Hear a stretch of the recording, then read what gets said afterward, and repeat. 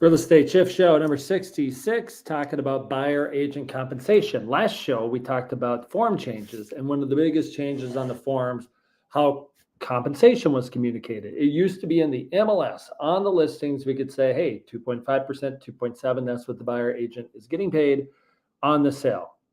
Then that is off the MLS as of August 15th. But now, as I mentioned before, on the purchase agreements on line 406 on the residential purchase agreement, that the buyer agent can put in the compensation.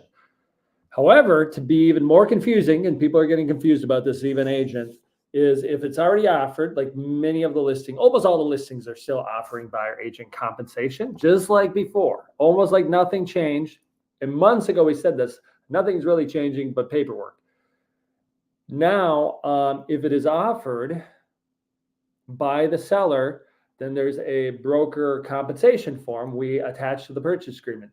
But in line 406, if say the broker compensation is 2.5, but the buyer agent agreement, the buyer agent contract with the buyer is 2.7, well, the buyer would have to pay the extra 0.2% if the agent only got 2.5%. Are you following along? So in order not to have the buyer pay that, in that line 406 of the purchase agreement, the buyer agent adds 0.2%. And here's slight surprise, I suppose, or maybe a big surprise, because for a while there was fear that the buyer agent compensation is going away.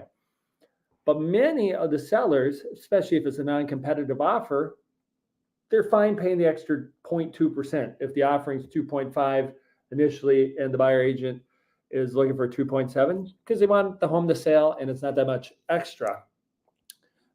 But again, the biggest surprise is a lot of people are like, nobody's going to get paid a buyer agent fee and the buyer is going to be called a listing agent. And almost nothing's changed other than how we do the paperwork, which initially is confusing for most people. So we got more confused people, but the buyer agents now can get paid the extra 0.2% if they want, or maybe more, depending how it is.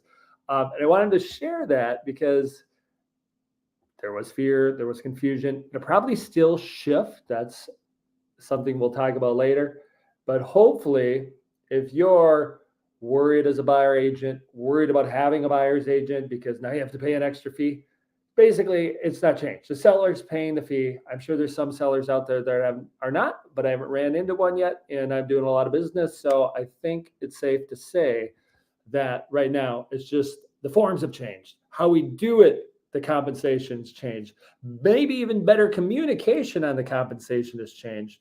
But overall, buyer agents are still basically getting paid out of the listing side like it has been for a long, long time. If you have questions, though, or need some help, either way, buying or selling, we're right here.